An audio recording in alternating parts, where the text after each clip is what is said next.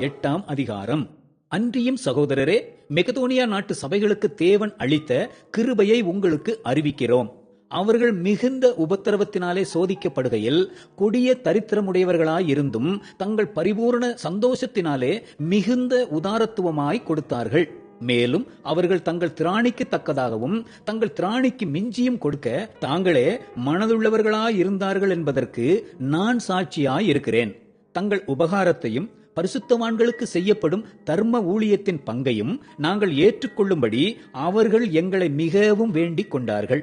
மேலும் நாங்கள் நினைத்தபடி மாத்திரம் கொடாமல் தேவனுடைய சித்தத்தினாலே முன்பு தங்களைத்தாமே கர்த்தருக்கும் பின்பு எங்களுக்கும் ஒப்பு கொடுத்தார்கள்.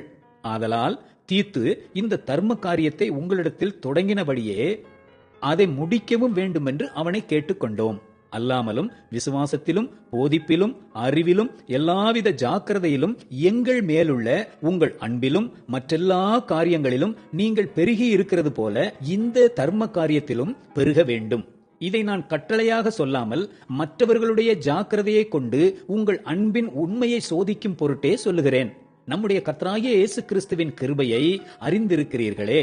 அவர் ஐஸ்வர்யம் உள்ளவராயிருந்தும் நீங்கள் அவருடைய தரித்திரத்தினாலே ஐஸ்வர்யவான்களாகும்படிக்கு உங்கள் நிமித்தம் தரித்திரரானாரே. இதை குறித்து என் யோசனையை உங்களுக்கு அறிவிக்கிறேன். இதை செய்கிறதற்கு மாத்திரம் அல்ல, செய்ய வேண்டுமென்று உற்சாகப்படுகிறதற்கும் 1 வருஷமாய் ஆரம்பம் பண்ணின உங்களுக்கு இது தகுதியாயிருக்கும். ஆகையால் அதை இப்பொழுது செய்து நிறைவேற்றுங்கள். கொடுக்க வேண்டும் என்கிற விருப்பம் உண்டாகி இருக்கிறது போல உங்களுக்கு உள்ளவைகளில் எடுத்து அதை நிறைவேற்றுதலும் உண்டாவதாக. ஒருவனுக்கு மன விருப்பம் இருந்தால் அவனுக்கு இல்லாததின் படி அல்ல, அவனுக்கு உள்ளதின்படியே அங்கீகரிக்கப்படும். மற்றவர்களுக்கு சகாயமும் உங்களுக்கு வருத்தமும் உண்டாகும்படி அல்ல, சமநிலை இருக்கும்படியாகவே சொல்லுகிறேன்.